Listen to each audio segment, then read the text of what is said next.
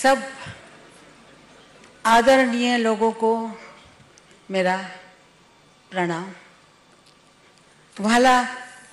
मारा वाला नरेंद्र भाई मोदी प्राइम मिनिस्टर, मारा वाला, मैं आप सब लोगों को नमस्कार करके, मैं भिमानी जैसे बहुत नई बातें कर सकती हूँ, इस स्टेज पे हमेशा गाने के लिए आई हूँ, लेकिन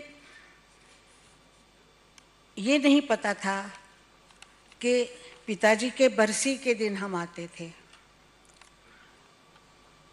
हर 24 तारीख को हर साल,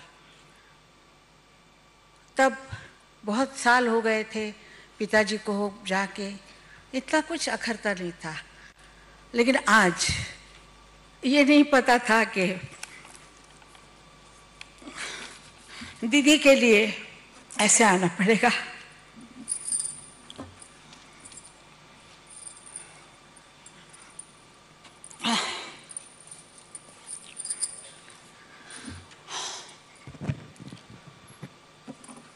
न भूतो न भविष्यति, ऐसे ना हुई थी ना होगी। गले में सरस्वती, बुद्धि में चाणक्य, बहुत बुद्धिमान लड़की थी, दूर दूर तक का विचार करती थी, कहाँ जबान खोलनी है वो बराबर जानती थी। मुझे बोलती थी तू बड़बड़ बड़बड़ बड़बड़ करती है। ऐसा मत सोचिए कि वो हमें डांटती नहीं थी, मारती भी नहीं थी, हम भी मारते थे उसको छोटपन में। और पकड़ने का एक ही तरीका होता था, चोटी। चोटी पकड़ ली तो वो रुक जाती थी, बहुत दौड़ती थी। वैसे अपने इमेज को उसने इतना अच्छी तरह एंड तक संभाला। ये मुश्किल है कि इतने बड़े नाम के साथ, उसको काला रंग भी पसंद था, पिंक भी था, और सब रंग पसंद थे, लेकिन उसने वाइट चुना। वो वाइट एंड तक वैसे ही वो चलती रही। कभी किसी ने उसको पंजाबी सूट में नहीं देखा, ना पैंट में देखा, ना किसी चीज़ में, साड़ी।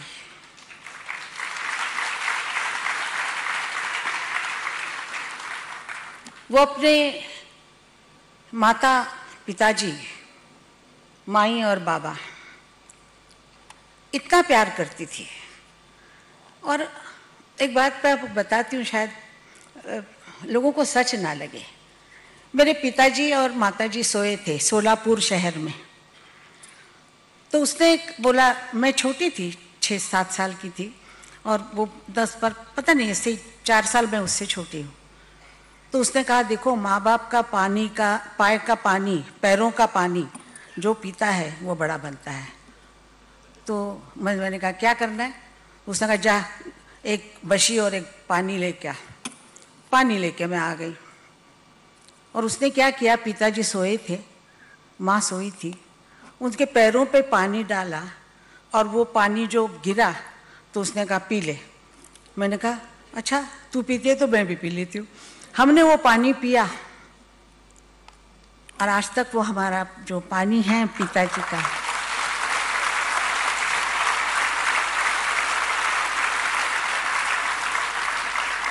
ऐसे वो पिताजी और माताजी के भक्त थे।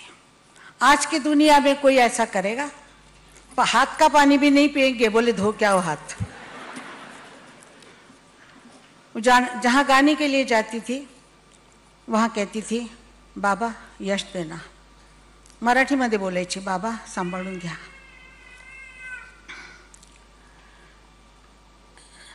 ऐसी लड़की, खैर हमारे साथ तो बचपन में गिल्ली डंडा खेलती थी, और बहुत कुछ खेल खेलते थे हम। कोल्हापुर में थे, गाड़ियाँ नहीं आती थी, रास्ता मिल जाता था खुला, गली के लड़के लड़कियां मिल जाती थी, और हम चांदनी रात में भी खेला करते थे। वैसे वो बहुत जल्दी काम में लग गई 13 साल की उम्र में, लेकिन खेलती थी हमारे साथ। एक बार उसको 104 बुखार था। माँ ने कहा आज शूटिंग पे मत जा, तो उसने कहा नहीं माँ मुझे जाना पड़ेगा। प्रोड्यूसर ने भी कहा कि हाँ आ जाओ। वैसे बुखार में वो जाके, उसका काम था परी का, जो परी लटक के उसको रखा था ऊपर सफ़ेद कपड़ों में, और वो वहाँ से गाना गा रही थी हाथ हिला के। मुझे अभी तक याद है कि कितना कष्ट करना पड़ता है एक आर्टिस्ट को, और उसने वो किया। 1940 की ये बात है, जब फिल्मों में रिकॉर्ड के ऊपर सिंगर का नाम नहीं आता था, एक्टर का नाम आता था।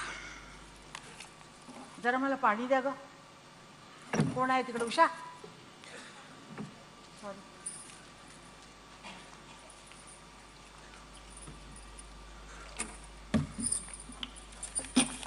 रिकॉर्ड पे हमारा नाम नहीं आता था। मैं उसकी चमची थी, साथ में जाती थी, तो मैंने कहा दीदी तुम्हारा तो गाना गाया हुआ है लेकिन नाम तुम्हारा नहीं है उस पर। उसने मेरी तरफ देखा और कहा शांति, वक्त आने दे, समय पर हर बात कहनी चाहिए। ये मेरे में नहीं है, वो उसमें था। इसीलिए मेरे को हब, पहलवान, पठान इसी नाम से जानते थे। सब मेरे को ऐसे बुलाते थे, ए पठान इधर आ, ये काम कर दे।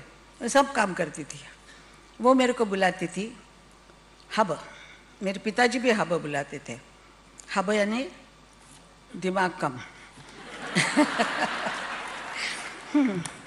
तो उसको मैंने कहा, उसने कहा कि समय आने दे, और समय वो आया। उसका पहला गाना जो हिट हुआ, उस वक़्त 15-16 साल की थी, दुबली पतली, सिर्फ लंबे बाल बहुत, और कुछ नहीं, एकदम छोटी सी थी, पतली थी। तो प्रोड्यूसर ने कहा कि ये लड़की से क्या गाना गवाने का, ये लड़की है, आवाज़ उसकी अच्छी नहीं है, क्या हो गई, ऐसा बोलते थे सब। तो डायरेक्टर जो थे वो बहुत अच्छे पंडित थे, खेमचंद प्रकाश जी। उन्होंने उसको कहा दीदी को कि बेटा मैं ये गाने, ये लोग कुछ भी कहते हैं कहने दो, मैं गवाता हूँ तुमसे। उन्होंने गवाया गाना, और वो गाना उस ज़माने के जो लोग हैं उनको पता होगा। आएगा आएगा आएगा आएगा आने वाला, आएगा आएगा आएगा। और इस गाने के साथ साथ उसका वक्त आ गया। उसके वक्त आने के बाद उसने प्रोड्यूसर से कहा मेरा नाम मेरे रिकॉर्ड पे आना चाहिए, लता मंगेशकर, वो ऐसे बोलती थी। तो प्रोड्यूसर कह, ये क्या बात हो गई, नहीं तुम क्या छोटी लड़की हो, गाती हो, ऐसे बातें क्यों करती हो तुम? उसने कहा गाना हमने गाया है, एक्टर का नाम क्यों डाल रहे आप, हमारा नाम डालिए ना। तो वो मान गए, HMV भी मान गई। उस वक़्त सब चीज़ अंडर अंग्रेज़ वगैरह सब लोग थे, रिकॉर्ड्स भी अंग्रेज़ होते थे। तो रिकॉर्ड पे नाम आ गया। ये हर प्लेबैक सिंगर को मानना चाहिए कि आज जो प्लेबैक सिंगर करके बुलाते हैं वो कभी भी किसी को पता नहीं होते। मैं भी नहीं होती, ना दीदी होती, क्योंकि रिकॉर्ड पे नाम ही नहीं होता था, ना फोटो होते थे। उस ज़माने में फ़ोटो भी नहीं होते थे। तो नाम, गाना कौन गा रहा है, तो कोई एक्टर जी होती, उसका नाम हो जाता। उसके बाद उसने क्या किया, थोड़े दिनों बाद, कि स्क्रीन पे म्यूज़िक डायरेक्टर से पहले प्लेबैक सिंगर्स का नाम आना चाहिए। नॉट सिंगर ओनली, वो नहीं, सब सिंगर्स के लिए उसने किया। और इस वक्त भी बहुत प्रोड्यूसरों ने दंगा किया, लेकिन वो उसने कहा मुझे गाना नहीं गाना है। वो कहते कहते देखिए अगर आप नहीं सुनेंगे तो मैं गाना नहीं गाऊंगी।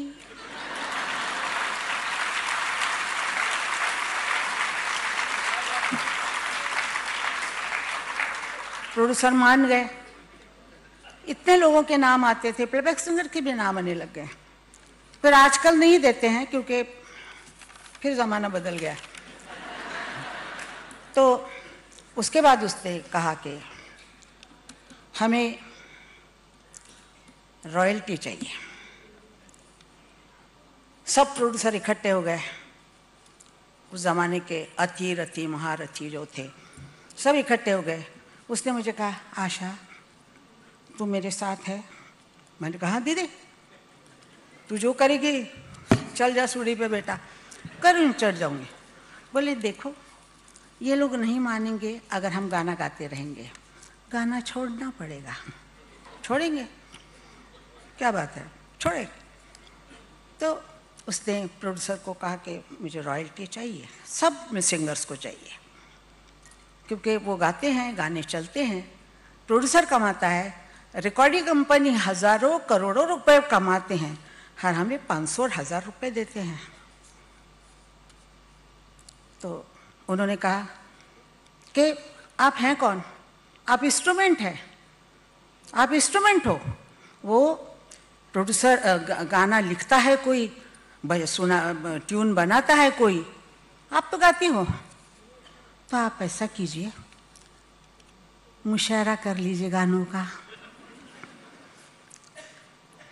नौशाद साहब बूढ़ेपन घट पे आप ही गा लीजिए बाजे पे।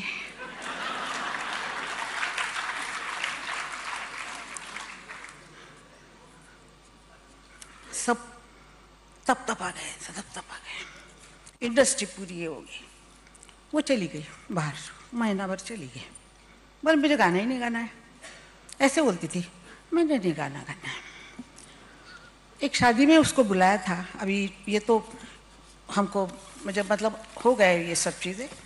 हमको शादी में बुलाया था किसी ने लंदन में। उन्होंने कहा कि लता मंगेशकर, आशा भोसले अगर हमें मिल जाए तो हम लोग $1-1 मिलियन या पाउंड कुछ भी देते। उसने आने वाले को कहा आशा तू शादी में गाएगी? कहा नहीं दीदी, ऐसा कीजिए 10 करोड़ भी आप हमें डॉलर देंगे तो हम नहीं गाएंगे, क्योंकि हम शादी में नहीं गाते, हम शादी में नहीं गाते। बाद में इतना समूह करके चला गया। वो मंगेशकर नाम से बहुत प्यार करती थी। वो जब भी मुझे कहती या किसी से बात करती और उसको कहना होता तो वो बहुत ही लता मंगेशकर मंगेशकर ऐसे करके। उसके अपने भाई बहनों पे, अपने घर से इतना लगाव था कि उसने मंगेशकर नाम का, जैसे एक दीवार होती है चारों तरफ मंगेशकर दीवार बना के गई, मंगेशकर दीवार बना के गई। जैसे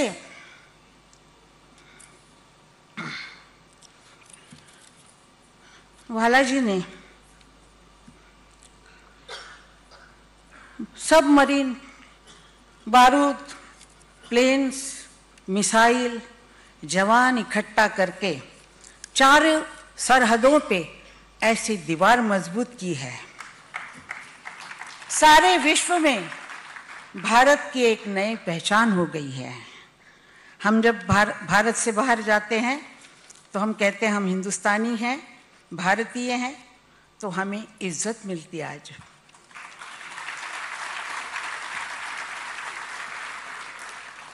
वैसे उसने और एक बात हमारे लिए की, सब प्लेबैक सिंगर के लिए। लंदन में जब मैं नहीं जाती थी, जो दूसरे जाते थे, तो वो हॉल में, घरों में प्रोग्राम करते थे, घरों में, हॉल में किसी के। उसने जब कहा कि मैं प्रोग्राम करने लंदन आऊँगी, किसी ने बोला लंदन, तो उसने कहा कि मैं रॉयल अल्बर्ट हॉल में ही शो करूँगी। उसने कहा वो मिलता नहीं है, वो गोरे लोगों का है, उसमें इंडियन जा नहीं सकते हैं। नहीं जा सकते तो नहीं जाएंगे, ख़त्म हो गई बात। उसको मनाने का कोई मकसद ही नहीं था। उसने प्रोग्राम किया अल्बर्ट हॉल में, पहला प्रोग्राम उसने किया। अल्बर्ट हॉल फट पड़ा था, इतने लोग आए थे। उसके बाद मैंने शो किया वहाँ पे, उसके पैरों पे पैर रख के मैं जगह चली गई। उसने तब कहा कि जहाँ बारबरा स्ट्राइसन गाती है वो न्यूयॉर्क का कार्नेगी हॉल में मैं गाऊंगी। उसकी सोच ऐसी ऊंची थी कि कार्नेगी हॉल कोई नहीं मिलता था वहाँ पे, किसी इंडियन को नहीं मिलता था, ना अफ्रीकन्स को मिलता था, गोरे लोगों का हॉल था। वो उसने उसमें गाया। फिर उसने सिडनी ओपेरा हाउस, सब जगह पे जहाँ गई वो, वहाँ उसने ऐसा किया। उसने हमारे लिए, सब प्लेबैक सिंगर्स के लिए, आज जो सब जा रहे हैं, जाते थे वहाँ, उसने दरवाजे सबके लिए खोल दिए।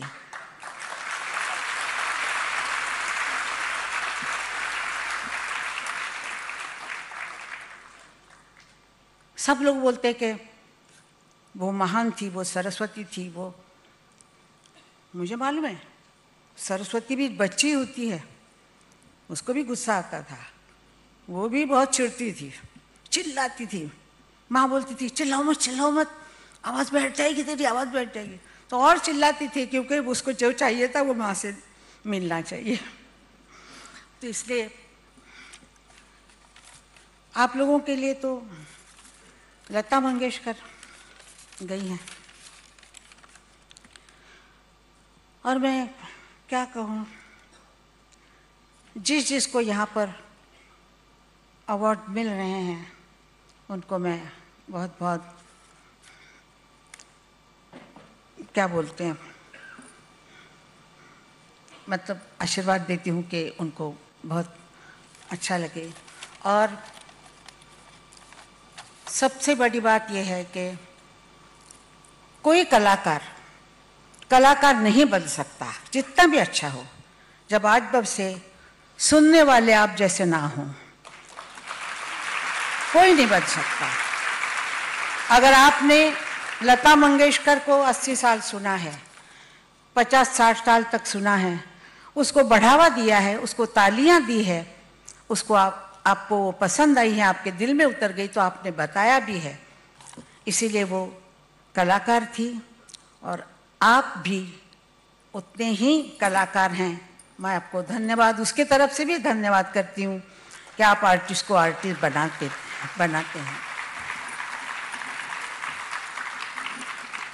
મારા વાલા પંતપ્રધાનજી અહીંયા આવેલા પધારેલા છે, અમારે માટે ખૂબ ખૂબ ગૌરવની વાત છે। હું એમની બહુ બહુ બહુ આભારી છું। सगळ्या मराठी लोकांना माझा मराठीमध्ये नमस्कार। जय महाराष्ट्र, जय भारत, जय हिंदुस्तान।